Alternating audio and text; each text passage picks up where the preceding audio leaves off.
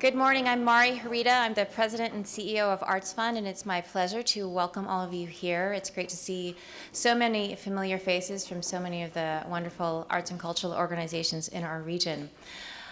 ArtsFund's mission has three pillars, and I think many of you are most familiar with our grant-making pillar. But today's event will be more focused on the leadership and advocacy work that we do. For the last 3.5 years, ArtsFund has been holding some capacity-building convenings for arts and cultural organizations, focusing on things such as equity and inclusion in the arts, how cultural organizations use data in their work, and also best practices in crowdfunding. And today, we have the great privilege of exploring the topic of the future of arts, that small topic of the future of arts in America, with Michael Kaiser. And I'd like to thank Alan and Nora Davis. Alan, raise your hand. Over there, who's, yes. Alan and Nora are on ArtsFund's Advisory Council, and they have been generous to sponsor Michael's visit out to Seattle. And so in addition to this event today, he is taking part in a series of events over a few days. And so it's been a real blessing to this community to have him out here and talk about what he's going to talk about. I'd also like to thank K&L Gates for providing this amazing room and this amazing view. Thank you, Stephan Coonrod, who's a partner here at K&L Gates and also on the board at ArtsFund. And at this point, I'll turn it over to him to do a welcome.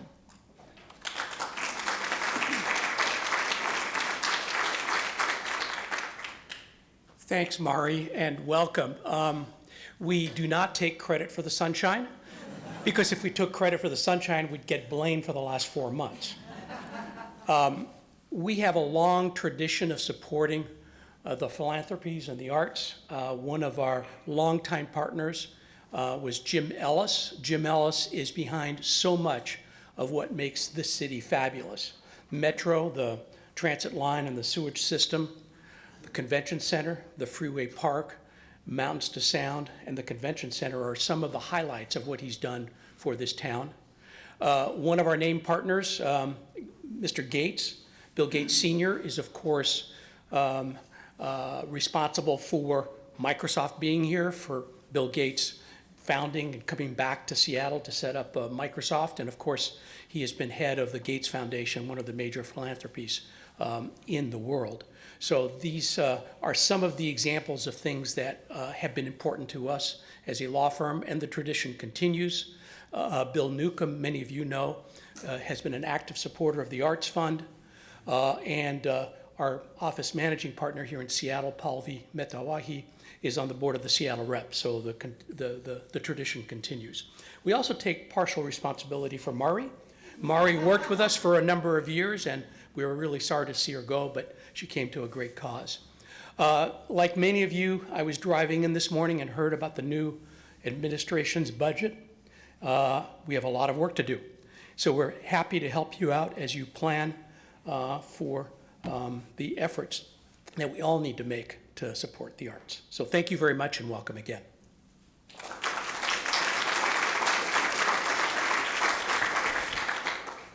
Thanks, Stephan. So the format for today is as follows. We're going to hear from Michael on some of the major challenges he sees facing arts organizations today. After his remarks, there'll be some time to process and discuss that at your tables.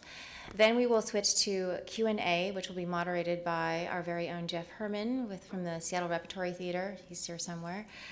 And Jeff will begin with some one-on-one questions and then open it up for broader discussion. And at the end, there will be a little time for some informal networking and additional follow-up. So now it's my great pleasure to introduce to you Michael Kaiser. And his full bio, I believe, is in your agendas, and I will not read that. But I want to touch on a few things. I think it's fair to say that Michael is probably the world's most famous arts administrator. He's made significant contributions to arts management around the world, both through his work with specific institutions, such as the Kennedy Center, the Royal Opera House, the American Ballet Theater, and the Alvin Ailey Dance Theater Foundation, as well as by developing the Arts Management Institute at the Kennedy Center, and now the DeVos Institute of Arts Management at the University of Maryland. With a reach to more than 500 organizations across 80 countries. The principles and programs of the Institute have guided the growth of cultural organizations around the globe, although my notes say glove. Michael became known as the Turnaround King for his work transforming struggling arts institutions from deficit to success, which he wrote about in his book, The Art of the Turnaround, in 2008. He writes a weekly column for the Huffington Post, and his 2015 book, Curtains, The Future of Arts in America, offers some context for our talk today. Michael was ArtsFund's keynote speaker at our Celebration of the Arts luncheon in 2010. We are thrilled to welcome him back to Seattle. Please join me in welcoming Michael Kaiser.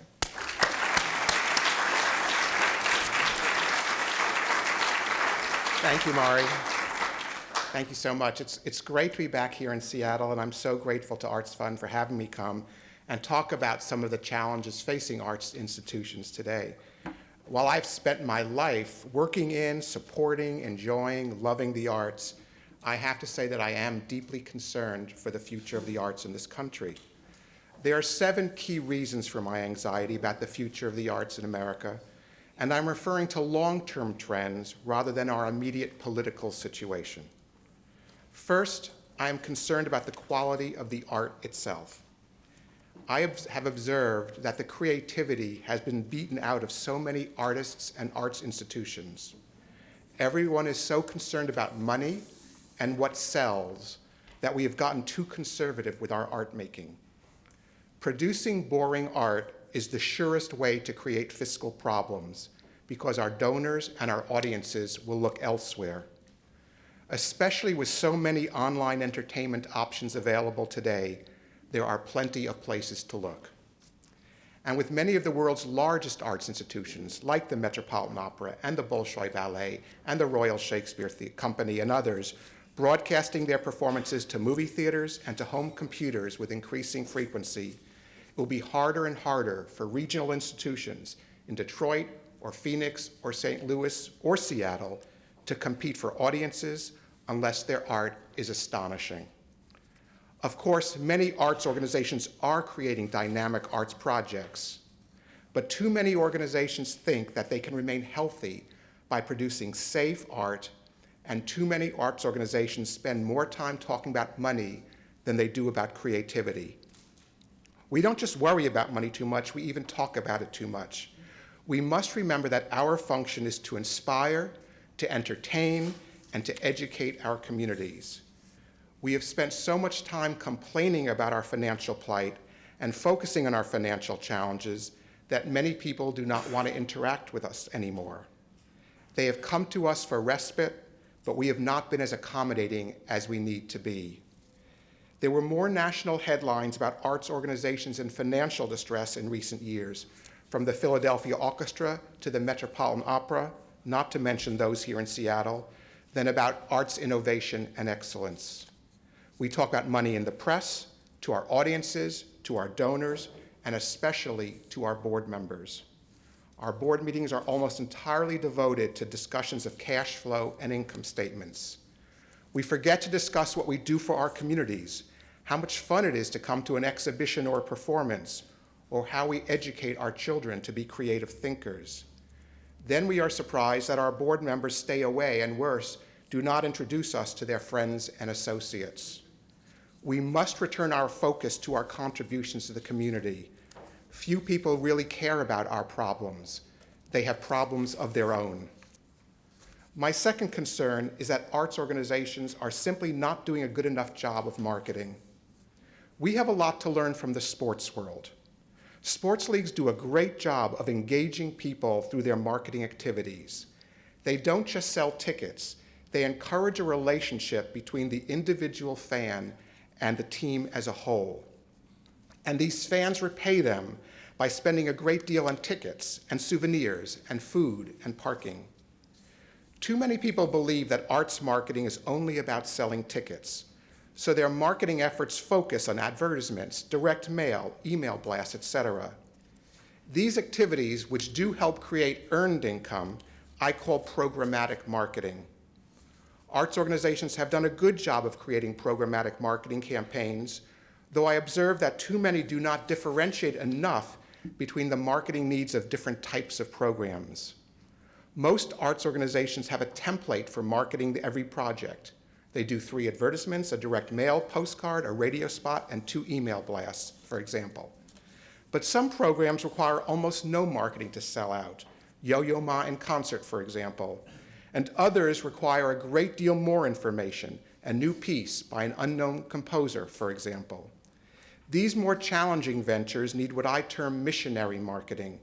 They require much more detailed explanations than can be accommodated on a poster or a simple advertisement. We must save money on marketing the first type of performance, the Yo-Yo Ma performance, to invest in the second type of performance. And we must appreciate that online activities are our new best friends in creating visibility and educating audiences. We can reduce the amount we spend on programmatic marketing by using email, websites, social networking sites, etc., to their full potential. People are getting their information in new ways. That is why newspapers are going bankrupt, and we must recognize it. But we must also invest in a second type of marketing, institutional marketing, that creates excitement for our institutions as a whole. Shortly after I arrived at the Alvin Ailey American Dance Theater, the world's largest modern dance organization, the author Alex Haley died. We received thousands of letters of condolence because people thought that Alex Haley was Alvin Ailey. I realized that we had a major image problem if people thought we wrote Roots in our studios. So we embarked on a substantial institutional marketing campaign that included appearances on The Phil Donahue Show and at President Clinton's first inaugural gala, an exhibition at the Smithsonian in Washington, a free concert in Central Park, the naming of our street in New York City as Alvin Ailey Place, the publication of 2 books about the organization, and a huge gala celebrating our 35th anniversary with Jesse Norman and Al Jarreau and Dionne Warwick and Denzel Washington and Maya Angelou and many others. Over a 12-month period, everywhere you turned around, there was the Ailey Company doing something exciting. Not one of these events by themselves changed the history of the Ailey organization, but taken as a package, we created a new level of excitement and understanding about the organization. Not surprisingly, ticket sales and our tour invitations increased, while programmatic marketing costs fell. But more important, our fundraising doubled in 1 year, and we were able to pay off our entire historic accumulated deficit in 1993. Why did fundraising increase? Because as they learned about the vibrancy of Ailey, more people wanted to be attached to the organization as donors, volunteers, and board members. Our institutional family grew substantially in 1993. But more important, our board members were so proud of the organization that they wanted to involve their friends and associates. When I first arrived at Ailey, and we were virtually bankrupt, I met with each of our 36 board members one-on-one and asked who did they know who could help us. The astonishing thing was not one of my board members had ever met another human being. It's true. After we mounted our institutional marketing campaign, our board members seemed to have met thousands of new friends they wanted to bring into the Ailey family. This is one of the most important byproducts of institutional marketing. It helps to erase the embarrassment that many board members feel about us. This embarrassment school of board membership is rife. So many board members love the institution and love the mission of their institutions, but they are embarrassed to involve their friends because of financial problems, or board bullies who dominate meetings, or typos in thank you letters. What I learned from my Ailey experience is to get a board to participate fully, we must make them unembarrassed. Great programming supported by great institutional marketing is the key to doing so. Many people believe that only large, famous organizations can do institutional marketing. Many people do not believe they can do institutional marketing for their organizations at all. Yet I implemented an institutional marketing program at the Kansas City Ballet, a mid-sized ballet company in Kansas City, Missouri, in the mid-1980s. When I arrived at the organization, we had a tagline: the company that can't make payroll. I knew I had to change this reputation. So we put a television news anchor from the local NBC affiliate on our board. His board contribution was to put us on his television show 4 times a year.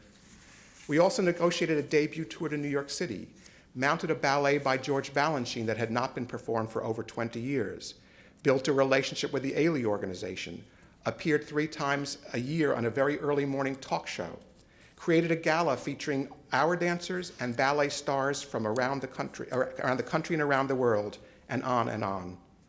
We paid off our entire historic deficit with the extra money we earned in just 10 months.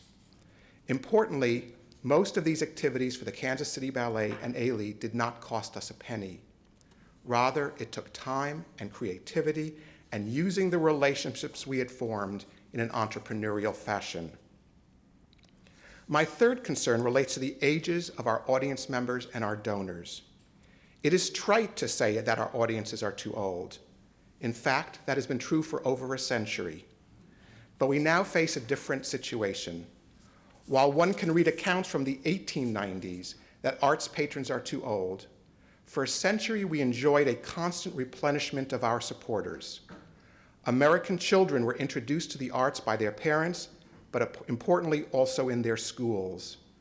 I can remember a time when every child, I was one of them, had a chance to sing or dance or perform in a school play or play an instrument or learn to paint. Most children, although not all, stopped their arts participation as they hit high school and began thinking about dating and college and marriage and careers and families. Most people did not resume their arts participation until middle age, when careers were well underway, children were grown, and they had discretionary time and income. So while our audiences were older than the population in general, we had a constant replenishment of audience, donors, board members, and volunteers. But today, we have so little organized arts education in our schools that I am not so certain that as the current generation of school children ages, they will find their way to the arts if they didn't have them as a child. If not, who will be our audience members and donors of the future? In fact, I am far more concerned for the health of the arts 20 years from now than I am about the current economic challenges we face. That is why I wrote the book Curtains, The Future of the Arts in America, that describes the way the arts in this country will evolve if we do not change prevailing patterns of behavior by our arts institutions. And while there is far too little arts education in our schools, even the education programs we have are not substantial enough. They are disjointed, episodic, and not very potent.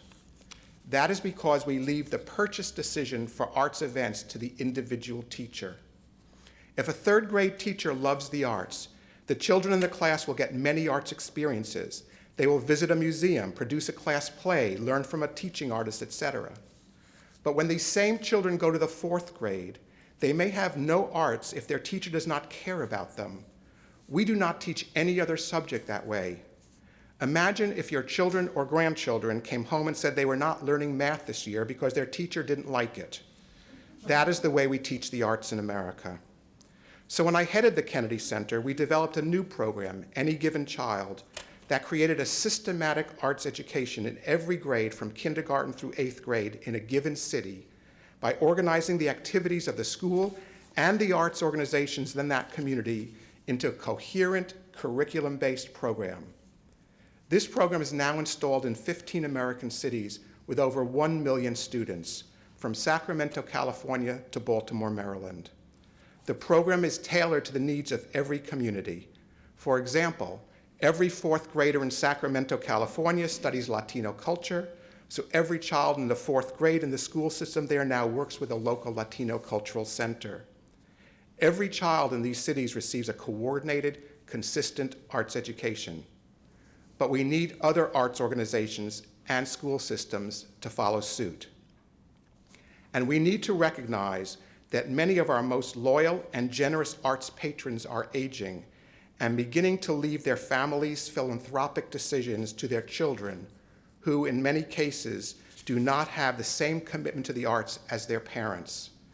This means we are at risk of losing a large chunk of our philanthropic base in the 10 years ahead. My 4th concern relates to the changes in technology and how they are affecting arts groups and our audiences.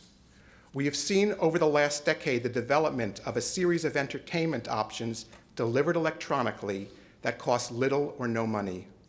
From Angry Birds to Facebook to Netflix, people now have a range of options to entertain and educate themselves that makes attendance at performances and exhibitions less attractive. People are now trained to expect their entertainment wherever and whenever they want. People are playing games and watching videos and reading blogs in their homes, at airports, and wherever they find themselves at whatever hour works for them. Getting them to agree to pay a large sum to attend a performance at a specific time is far more difficult than ever before. And more recently, the arts have been distributed electronically to movie theaters and to home computers. The Metropolitan Opera movie broadcasts are wonderful, but they are also very inexpensive compared to attending a performance in person. Why should I spend $300 for one ticket to a performance at the Met when I can spend $25 for a performance of the same opera by the same artists in a movie theater? Now, I don't believe the experience is the same. I am completely convinced that seeing a performance live is far more special, but the price differential is so great that many people are willing to forego the special thrill of the live. And movie theater broadcasts are not just available for the performing arts. The Museum of Modern Art in New York recently offered a tour of its Matisse exhibition in movie theaters across America.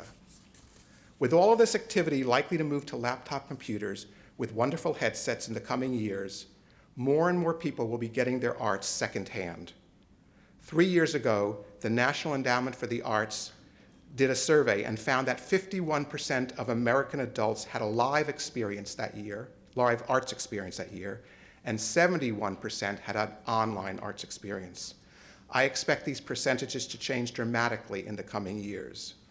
If more and more people are getting their arts online, it means that it'll be more difficult to fund chamber music series and symphonies and ballet companies and theater companies and opera companies in every city. The large number of regional institutions that have developed over the past 50 years will no longer be required to serve the arts needs of our population. In fact, I imagine there will be a dramatic decline in the number of performing arts institutions over the coming 20 years. People will get music online from one of a number of major arts institutions with astonishing artists, singers, conductors, sets, costumes at a very low cost. We must also appreciate that all of this online activity is affecting the brains of our audiences in important ways with respect to attention span, multitasking, brain plasticity, and changing reward patterns. In 2015, a Microsoft study of 50,000 Canadian adults determined that humans now have an attention span of 8 seconds. A goldfish has an attention span of 9 seconds. This has fallen from 12 seconds in 2000. Microsoft determined that this decline was driven in large part by digital technology and the brain's decreasing ability to filter out irrelevant stimuli. This is a stunning development. Our brains are being rewired in part by an addiction to multitasking encouraged by new media. The Guardian in England reports that multitasking creates a dopamine addiction feedback loop, which in effect rewards our brains for losing focus and seeking external stimulation over and over again. Dopamine is the chemical released during sex and drug use and is the basis of biological addiction. Artists must acknowledge and account for these changes as they do work to plan repertory and attract audiences and donors. We must also acknowledge and account for changes in demographics. My fifth major concern is that we are not addressing the issue of diversity appropriately. Putting one African American on your board or playing one piece by a Latino composer is not diversity. We must have a serious institution-wide commitment to diversity, and we must address the inequity in funding between Eurocentric organizations and organizations of color. We all must have an interest in ensuring that we maintain the remarkable and diverse quilt of arts institutions in this nation if we want to be relevant in the future. My next concern for the health of arts organizations relates to boards of directors. Too many board members simply do not know enough about what creates health in the arts. While they approach their board duties with tremendous generosity of time, spirit, and resources, they make decisions that are not necessarily in the best interests of their organizations. The most common mistakes include cutting art and marketing to balance the budget when art and marketing are the very reasons people support us, believing that building an endowment will cure everything, suggesting that safe art is the easiest art to support, and not forcing their executives to plan art early enough to help attract new donors. We need board members who know how to perform the 5 key functions of boards: developing and approving plans, understanding and approving annual budgets, hiring, firing, compensating, and motivating their direct reports, participating actively in gathering resources, and serving as ambassadors in the community. We also need boards to be vigilant about evaluating their own membership to ensure that the current group of trustees is the right group for the next few years. When I arrived at Alvin Ailey in 1991, almost half of my board had been trustees for 33 years.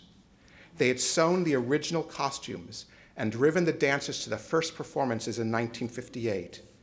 They were remarkable, wonderful, passionate people, but they were not the appropriate governors for the organization at that moment in our history. Our budget was $6.5 million, but the combined giving of half of our board of 36 members was $5,000. No wonder we were going bankrupt. Arts organizations have a life cycle, and board composition must change as the organization matures. When an arts organization is founded, the board acts like quasi-staff. They may do the bookkeeping, do the marketing, yes, even sew the costumes. But as the organization grows and matures, it hires staff to fill these functions and needs its board to be more active in raising funds. Arts boards that do the best job of evaluating and changing their own compositions are typically the healthiest ones in our nation. While boards require training, arts managers need it too. My last concern is that many arts managers simply do not have the training they need to deal with the range of issues I have addressed this morning. I believe that one of the greatest problems facing the art today is a serious deficit in trained managers to employ and support artists. Arts management is a very young field, and too many arts managers and board members simply do not know how to build the levels of support needed to make artists' dreams come true. The field needs its arts managers to learn how to plan for important art well in advance, to pursue sophisticated, aggressive marketing campaigns, to create meaningful arts education programs, and to encourage board members to fulfill their responsibilities effectively.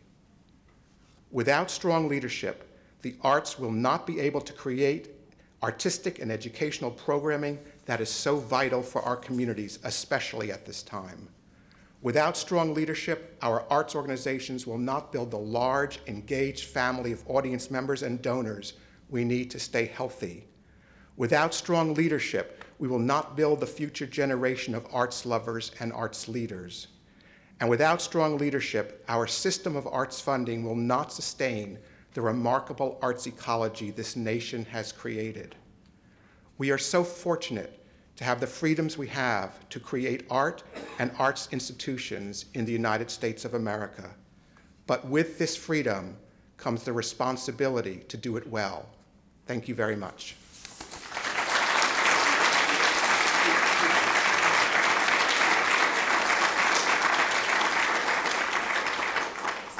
Please join me in another round of applause for Michael.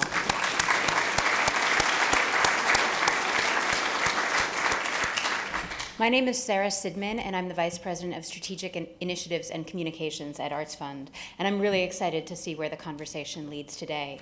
Michael just laid forth a number of provocative challenges, in fact, more than I think the 7 overarching challenges. And so what we'd like to do is, before we jump back into the interview and the Q&A portion of the event, invite you to digest this at your tables. Discuss amongst yourselves really what resonated the most with you, what seems most applicable to this region and to your organization, and how the challenges that he set forth are really affecting you today here. This is an opportunity to really localize some of the national themes that he has mentioned, and then talk about the challenges that you and your organizations are confronting right now. So we'll check back with you in about 10 minutes and pick back up with Michael and with Jeff Herrmann. So again, please discuss amongst yourselves what really resonated with you, what's applicable to your organizations, and the most pressing challenges you think we're facing here. Well, clearly, we have a lot to talk about when the topic is the future of the arts in America. So I think we should take advantage of the fact that Michael is here with us today and get back into the program. As Mari mentioned, we'll begin with a short one-on-one conversation and then open up into a broader Q&A. It is a great pleasure to have as our moderator, Jeffrey Herrmann. Jeff is Managing Director of Seattle Repertory Theater. Prior to Seattle Rep, he was Managing Director at Washington, D.C.'s Woolly Mammoth Theater for 7 years, and before that was Producing Director at Perseverance Theater in Alaska for 8 years. So it's really wonderful to have these two notable leaders in our field to continue the discussion this morning. Take it away. Sorry to walk right in front of you. Thank you for being here. Have you spent much time in Seattle? What's your history here, and what's your impression of the arts community? I've come about, 10 or 15 times over the last 10 or so years, sometimes to speak, a lot of times just to enjoy Seattle and eat salmon. I love it here. That's great. So I'm just going to dive right in. Your speech does a great job, I think, of recapitulating the themes of your book, Curtains, which goes into deeper detail about the many forces conspiring against the not-for-profit arts in our country. I think some might read this enumeration of the forces as painting a grim and bleak picture. Others, and I think I number among them, may find this energizing and motivating. Where do you sort of sit on the continuum? Is the model irreparably broken? No, and even though it's like a really depressing speech, and the book is more depressing, and it's true. And the very sad fact is I wrote this book on my honeymoon, which maybe tells you more about the state of my marriage. I believe there are answers, and the book at the end talks about answers to these issues. I believe there are ways to address them. I don't think they can be ignored. And I think that arts organizations that basically say, we're fine, don't worry about the stuff, we'll be okay, I think are fooling themselves, because the world is really changing. We are learning different ways. Our audiences are getting their information, their entertainment in different ways. They're willing to pay different amounts of money for it. We have a different kind of donor base to reach out to than we did 30 years ago. And we have to know this, and this has to be imbued in our strategic plans and in the way we think about our organization. It doesn't mean that we have to change our art. It doesn't mean that we have to say opera's done, because I don't believe it's done. And I believe that when you do really exciting, wonderful work in any of the art forms, you can build an audience for that work. But you have to be really aware of what's going on in this world around us. Otherwise, one can get into problems pretty quickly. Yeah. You're also very articulate in the book in describing the income gap that arts organizations struggle to bridge, and the structural factors that only see that gap grow over time. Can I ask you to talk a little bit about those structural factors, Sure. and in particular, why the arts don't enjoy the gains in productivity and efficiency we see in other industries? Sure. And I found this so encouraging in a way, because it provided a counter-narrative to the story we hear too often in the boardroom and in the press, which is that artists are wasteful. If we only ran our arts organizations like businesses, we'd be more successful. Right. I heard that my whole life, and yet I've found honestly that arts organizations are some of the most efficient businesses I've ever seen. We do so much with so little. Look how little we get to spend on marketing, and yet how famous our major arts institutions have become. But yes, we have this structural problem in the arts. There's two factors. The first is the productivity problem. Almost every industry enjoys productivity gains, And you read that in the newspaper every quarter, productivity went up 1.3% or 3.2% or whatever the percentage is. And economists take that number very seriously because when your industry becomes more productive, it mitigates to some extent the impact of inflation. The problem in the arts is we don't improve productivity very well. There are the same number of dancers in George Balanchine's great ballet Serenade as when he created it in 1934. We don't have fewer dancers every year. We don't play Beethoven's Ninth Symphony faster every year. Right. String quartets still have 4 people. It's not 3.5 today. And so what happens is, because people are our biggest cost for most arts organizations, we have costs that go up faster than most other industries because we don't enjoy productivity gains. And you see that if you work in an arts organization or serve on the board, you start to feel, why are costs going up so fast? They're going up so fast because we can't really improve worker productivity very well, unlike the industries from which our board members typically come. And that problem is then made worse by the fact that once we build a theater, our earned income potential doesn't change from year to year. I used to run the AV company, as I mentioned, and one of my favorite moments was bringing them to Athens, Greece. There's a beautiful Roman amphitheater called the Atticus, built into the base of the Acropolis in Athens, Greece. If you ever go to Athens and it's nice weather, go to a performance at the Atticus. You sit on these ancient stone bleachers. There's this flat stage. The moon is lighting the Parthenon behind your head. It's the most beautiful place to see a performance. And my dancers were so happy to be there, but I just stood on the stage and looked and said, it's the exact same number of stone bleachers for 2,000 years, no increase in earned income potential. And this is true. So what happens is we have rapidly increasing costs and flat earned income, real earned income, meaning uninflated earned income potential. And it's that gap between the two that is so challenging for us in the arts. And it gets worse and worse and worse every single year. The productivity doesn't improve, and the real earned income potential stays flat. And we try and find all kinds of ways to fill that gap by trying to sell internet broadcasts, which is challenging, by trying to cut costs, which sometimes is counterproductive, by raising ticket prices, which disenfranchises huge parts of our audience, and by fundraising. And so all of these are techniques for filling that gap.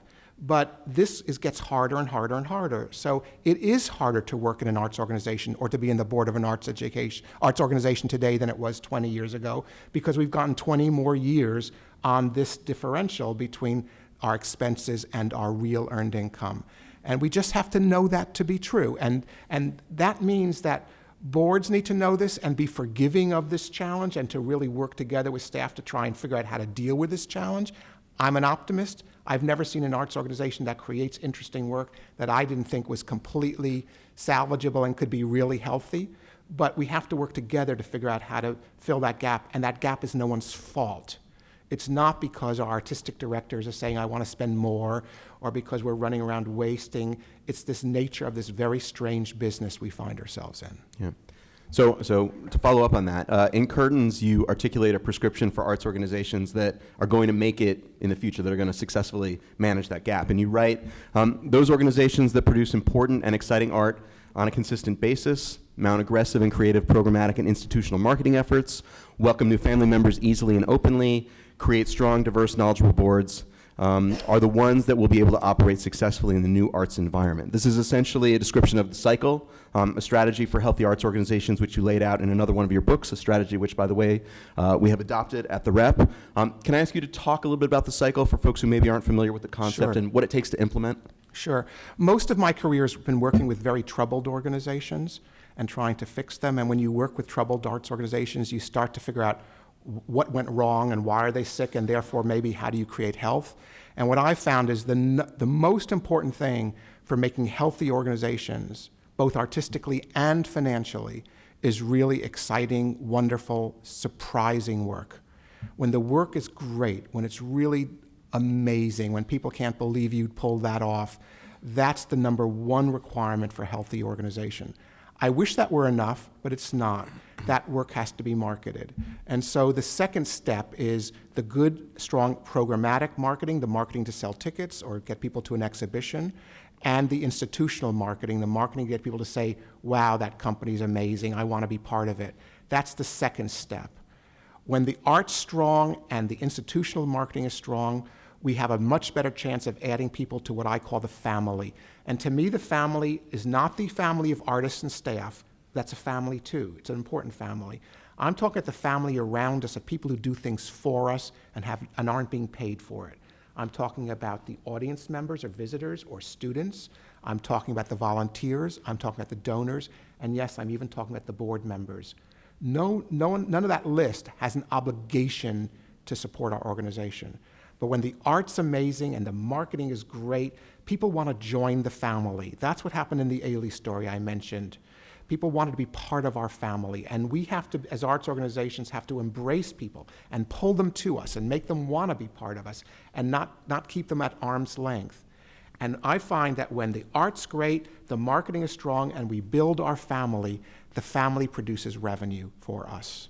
And when that revenue, very importantly, goes back into great programming that we market really well, the family gets happier and more engaged, we find more people for the family, it grows, and we get even more money to put back into more programming. And it's that happy cycle that creates healthy arts organizations. And the thing that I learned from running troubled organizations is that we tend to have a knee-jerk reaction to financial challenge in the arts, both board and staff. And that is when we hit that financial bump, what are the two first things we cut? Artistic initiative and marketing, because those feel discretionary. But when you cut artistic initiative and marketing, your family gets bored and they look elsewhere and they wander off. And we have less money. So then we cut the art and the marketing some more, and our family gets even more bored, and we have even less money, and a vicious cycle gets created of what should be a virtuous circle. I experienced that firsthand. I was hired in 1995 to run American Ballet Theater, a big ballet company in New York City. Important ballet company, the company of Baryshnikov and Cynthia Gregory and all kinds of wonderful dancers. And 7 years before I got to American Ballet Theater, they had taken a tour to London. They self-produced, which meant they took the financial risk. They didn't sell any tickets, and they came back with a big deficit.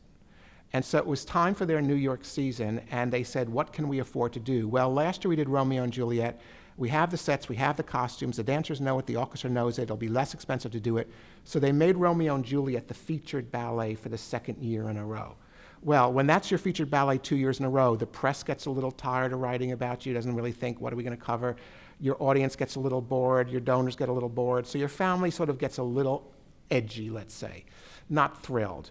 So a little less money came in that year to their New York season for American Ballet Theater. So now it's the next year time for their New York season, and what ballet do they feature? Well, they say we have less money than last year. We have Romeo and Juliet, we have the sets, we have the costumes, our dancers know it, our orchestra knows it. So they did Romeo and Juliet a third year in a row as a featured ballet. Now the press is openly hostile. Now the donors are really annoyed. Now the audience members are going away. And so you have even less money. So year 4, what was the featured ballet of American Ballet Theater? Romeo and Juliet. 7 years in a row. That's when they hired me. And needless to say, Romeo and Juliet was out of the repertoire for a while. But we do it to ourselves. That's an absurd but true example. But we do this to ourselves. We think that people aren't going to notice that our art's not quite as good. It doesn't mean good, doesn't necessarily mean big. It means exciting and surprising and amazing.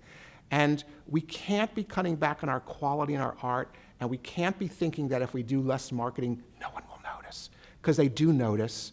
And so what's critical to me is to make sure, as a manager, that I'll save money every single which way I can, but I'm really going to make sure that we're doing exciting art and exciting marketing, because I know that's the way I keep my family engaged and happy, particularly now with so many online diversions of people's attention, so many reasons not to come to the performance, so many reasons to go to the broadcast in the movie theater or to watch it on your home computer, so many reasons not to go to an opera but to watch Leontyne Price on YouTube.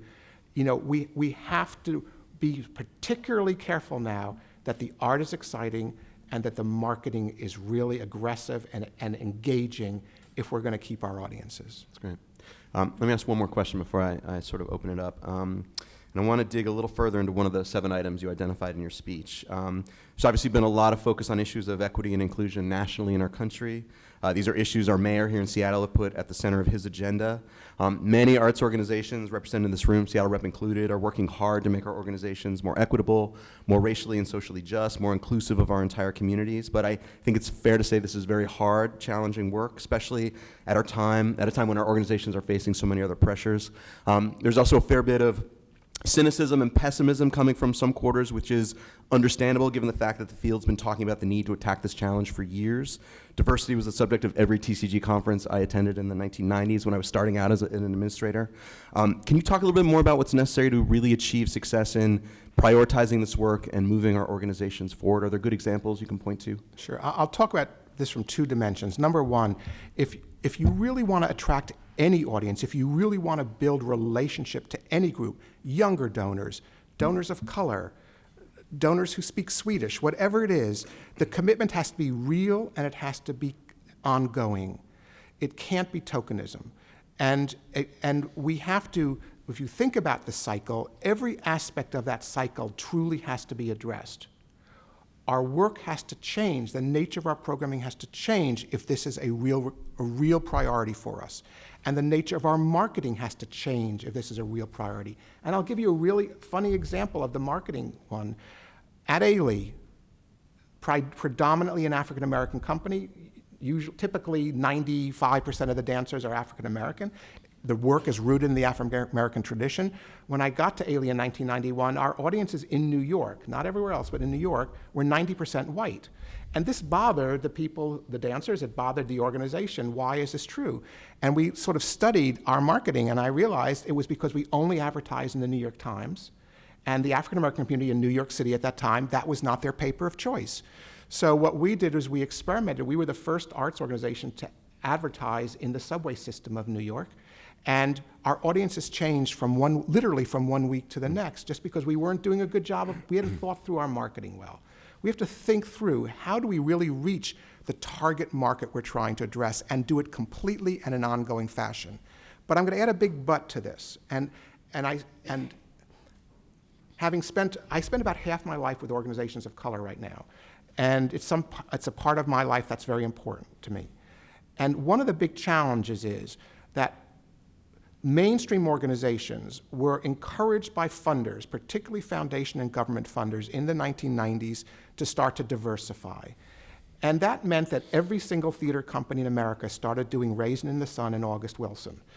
And what happened was that the mainstream organizations were cannibalizing the donors and the audiences of the much smaller organizations of color. The famous example of that is Crossroads Theater. Crossroads Theater was the leading African-American theater company in America. It was in New Brunswick, New Jersey. Great theater company, won the Tony Award. You won the Tony Award too, didn't you, in Seattle Rep? They won the Tony Award, the same award you won just a few years, I believe, earlier. That's right. And the state of New Jersey so loved Cornerstone that they gave them a new theater building next door to the big white theater company, George Street Playhouse.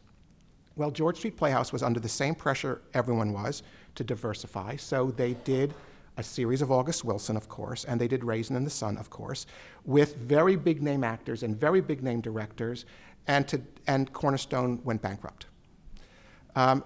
So my belief is in partnerships and in teamwork. So when I ran the Kennedy Center, and we had this idea to do all 10 August Wilson plays. August Wilson, great American playwright, wrote 10 plays. Each takes place in a different decade of the 20th century. Fences is the most famous, now is a movie. But it's an astonishing cycle, had never been seen before as a cycle. We decided to do it in 1 month, the entire cycle. But we did it in partnership with True Colors, an African-American theater company in Atlanta, because my goal was not to steal away the talent or the money, but rather to engage with others. I think we have to think about this because this is a very complicated project, and it's not so easy. Yeah. I have like 15 other questions, but I'm not gonna be greedy. I'm gonna open it up to the rest of the floor here for questions. Any questions? Here we go, right in back.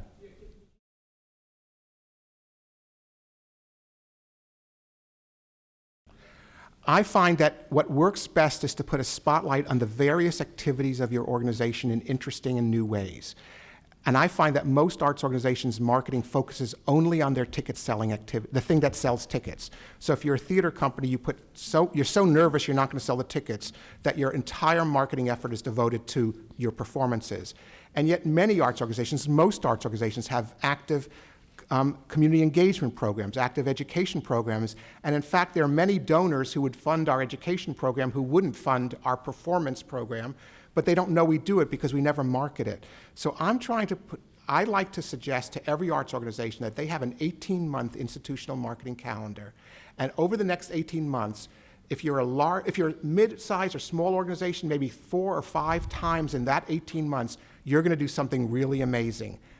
And if you're a larger organization, once a month, something that's really amazing. What's that thing? Is it an amazing performance? Our best art is our best institutional marketing, but it can't just be that.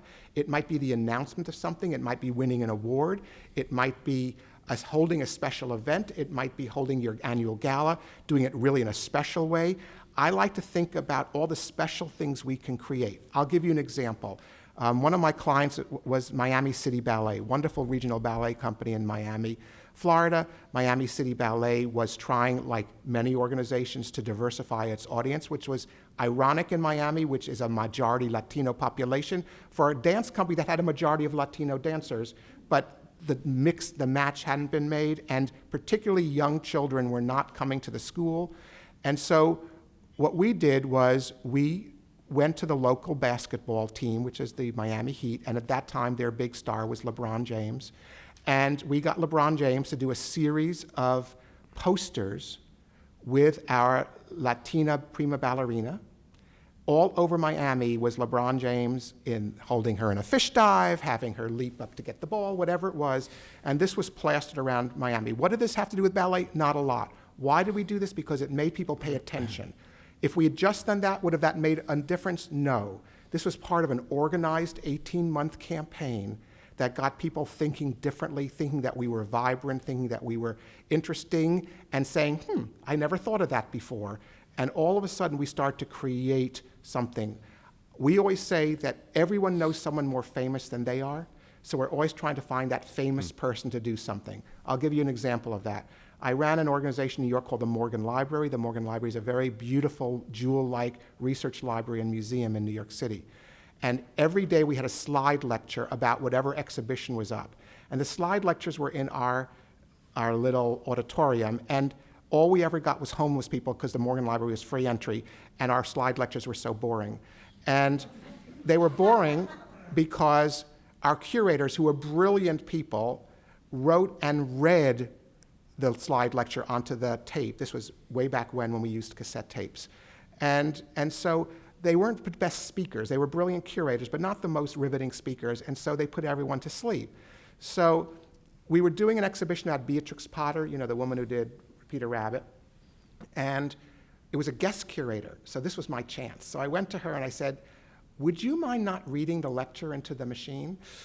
You can write it, but would you mind not reading it? And she said, I don't care who reads the slide lecture. She didn't know the rules. So I said, okay, who sounds like Beatrix Potter? Who in this earth sounds like Beatrix Potter?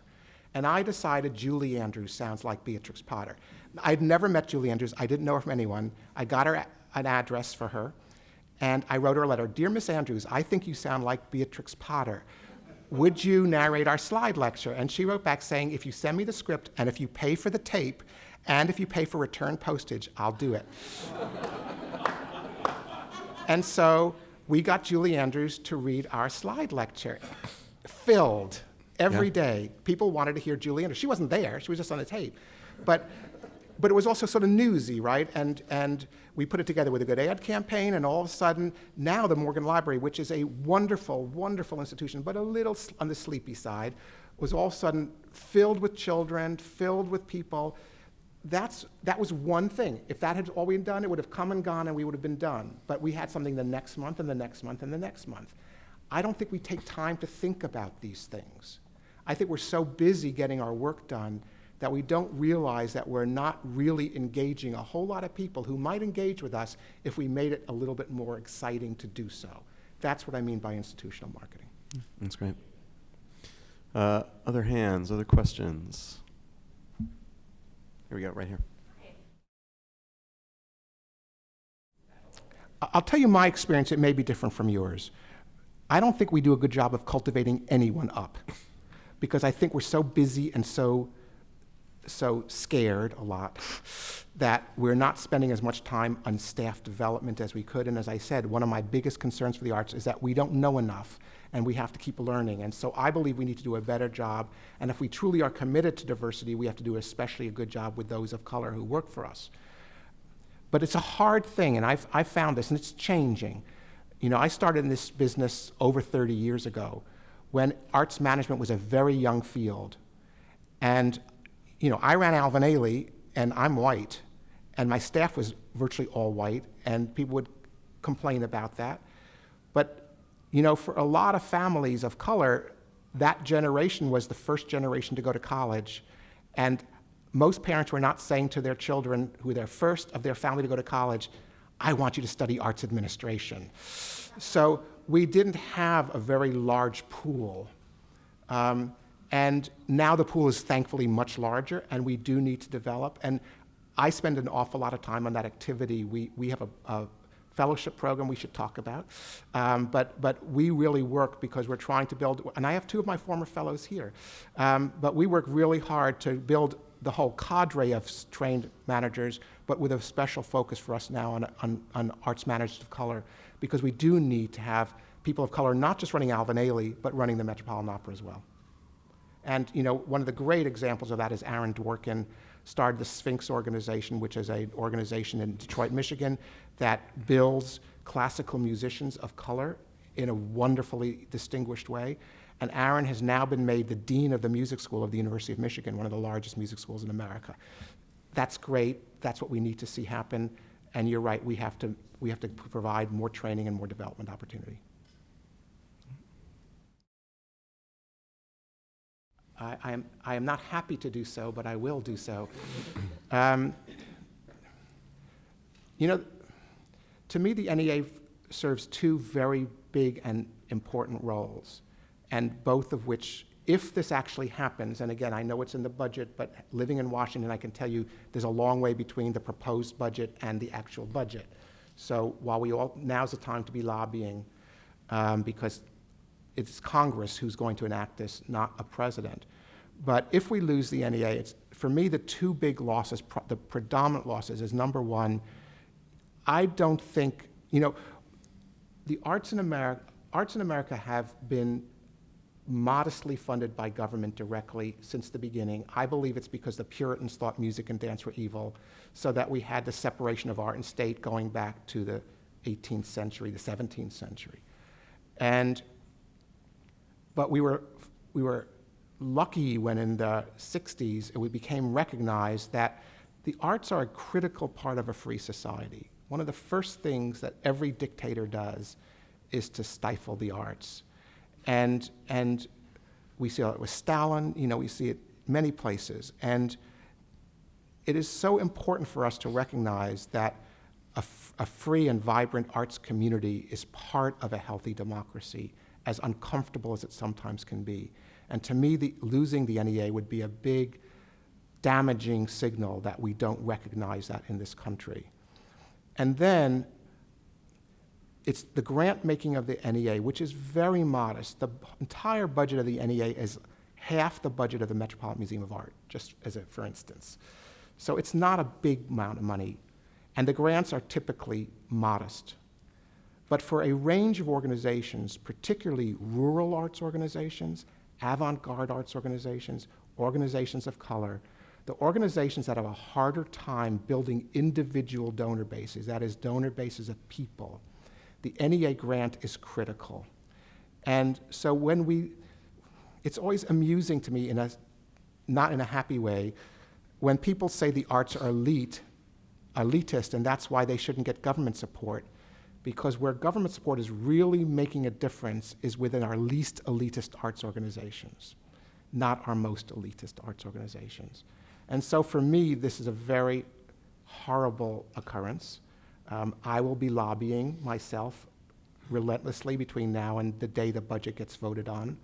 I personally played a very large part in getting the Obama administration to put, I don't know if you recall, but when the stimulus package was passed in 2009, there was $50 million for the arts included in that stimulus package. And I spent a lot of time on that activity, working not with the president or any fancy people like that, but working with the staffs of Congress people, and explaining why this was important and why it was useful for the nation's economy to fund the arts in that special way at that difficult time.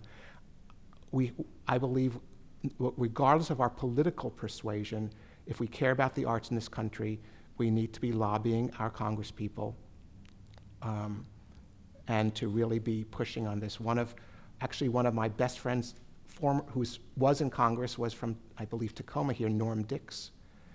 Was he from Tacoma, I believe? Yes. Yeah. And he was one of the big helpers on that activity. He's no longer in Congress, unfortunately.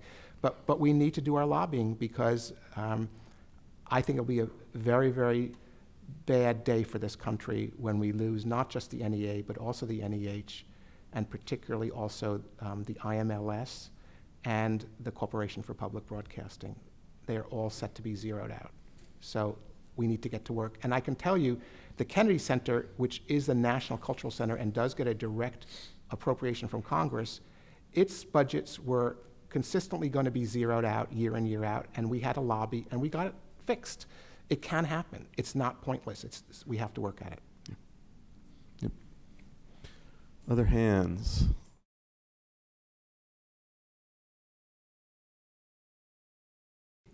I agree.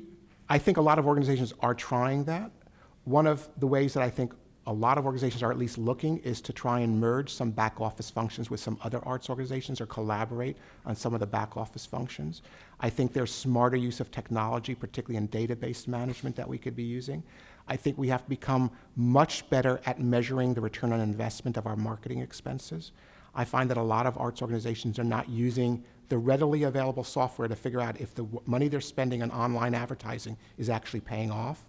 And I think you're right. I think we can become more productive. It still is, for most arts organizations, only a small piece of the total pie, but every piece helps. So I would agree that we have to become, and as I said, I am so parsimonious about everything besides what's on the stage, and I'm looking for every cost savings, and I would agree with you that we have to do that.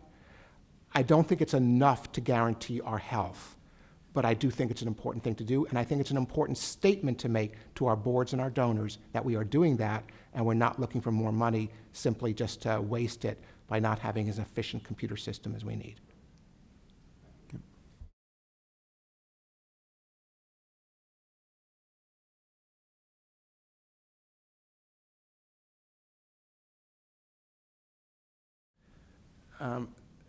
A, no. B, I think we have to be less ambitious. Let's go K to 8, because getting anything 9 to 12 is like almost impossible on a consistent basis. But I don't think anyone's worked on that recently, because no one has a place to actually install it. And in many school districts, there is one arts person for the entire school district, which means there's really no effective arts. And it's really being done on an ad hoc basis by arts groups coming in and filling in the breach, but not doing it in an organized, sequential manner. And the program that I mentioned, Any Given Child, we're starting to work on that, where we have now a K to 8 in a given city, a K to 8 program that makes sense for that city, for the age of this children, and for the capabilities of the arts organizations. But it is by no means a national program at this point. It's just in 15 cities.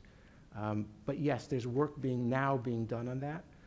I think what's interesting is where we've installed Any Given Child, there's been a flood of money for arts education in that city. Why? It makes sense to people, and they realize that, and there's statistics to show the impact of arts education, not just on the creativity, which I firmly believe is critical, but also on the math and reading scores of children who are engaged in arts activities. So we now have the data to show this, and now we have to create the program, and we have to woo the donors, and we have to have a long-term commitment to making this happen in our cities. I believe that our country is short-sighted if we think that saving a few pennies in arts education is actually going to produce a healthier economy, because the arts are the cheapest way for children to exercise their creative muscles.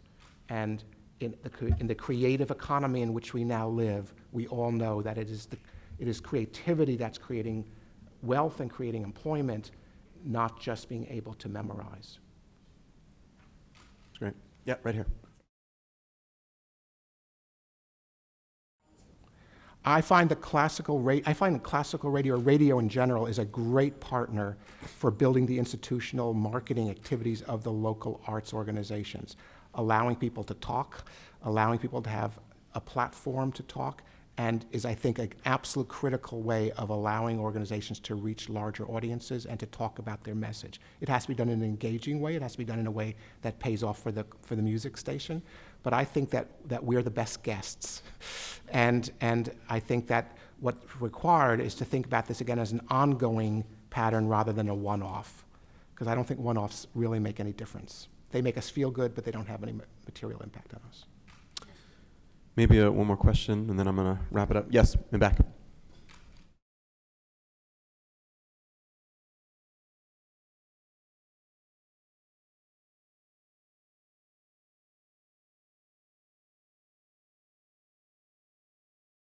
I'm a little less critical of staff members than you are, but I will say that we haven't provided, as the world is changing, we aren't providing enough education to our arts managers to keep current about what works and what doesn't work. And about half of my life right now is doing just that. I travel around the country. We set up 2-year training programs. We just finished one in Portland, Oregon. We're about to start our second in Portland, Oregon, where we work over a 2-year period doing the kind of training I think you're talking about. I think that's required.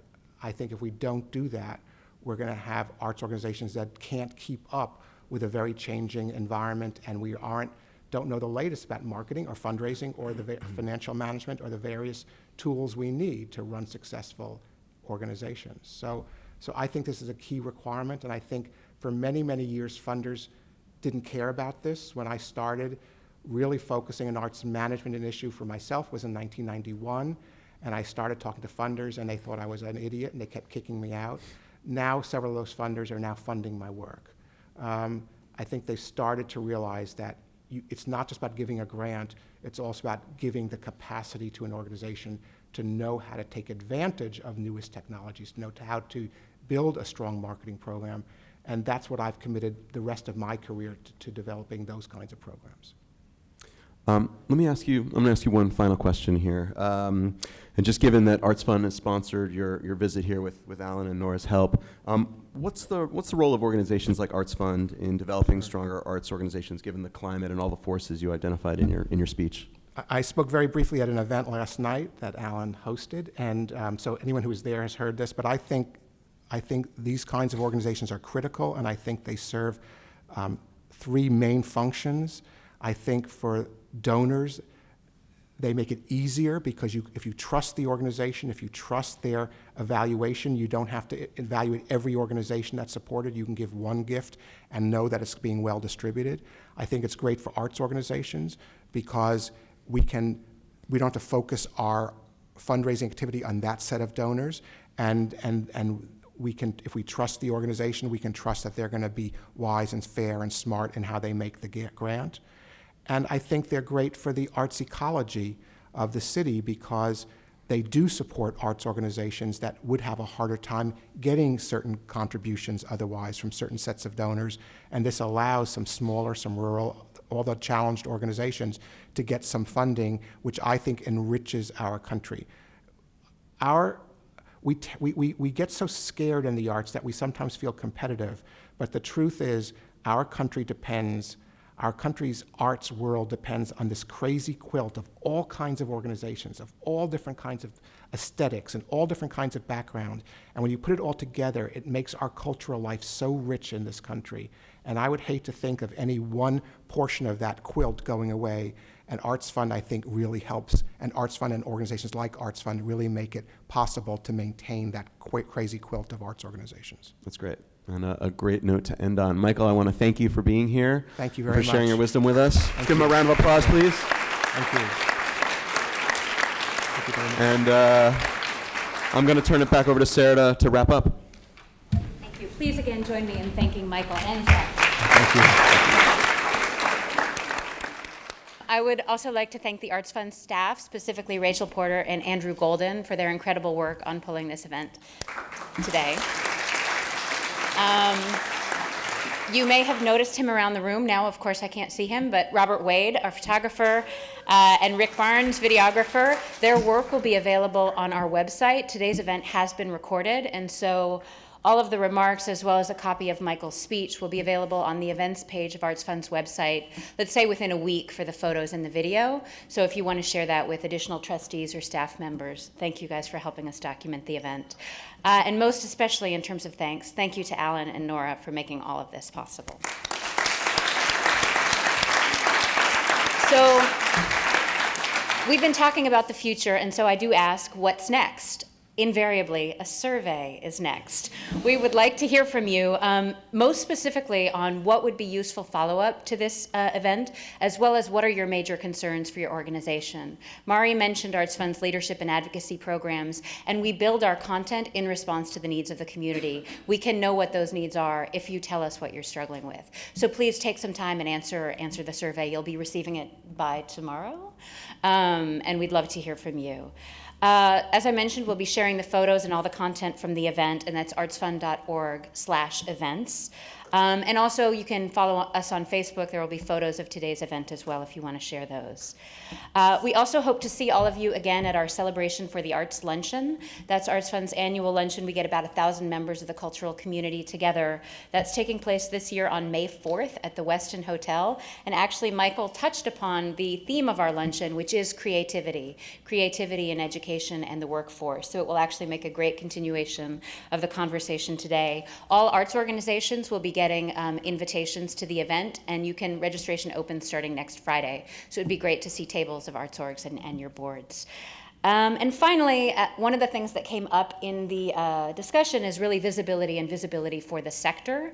As many of you know, ArtsFund embarks every few years on an economic impact study and pulls together all of the data about the economic impact that the arts make in our region, economic and community impact.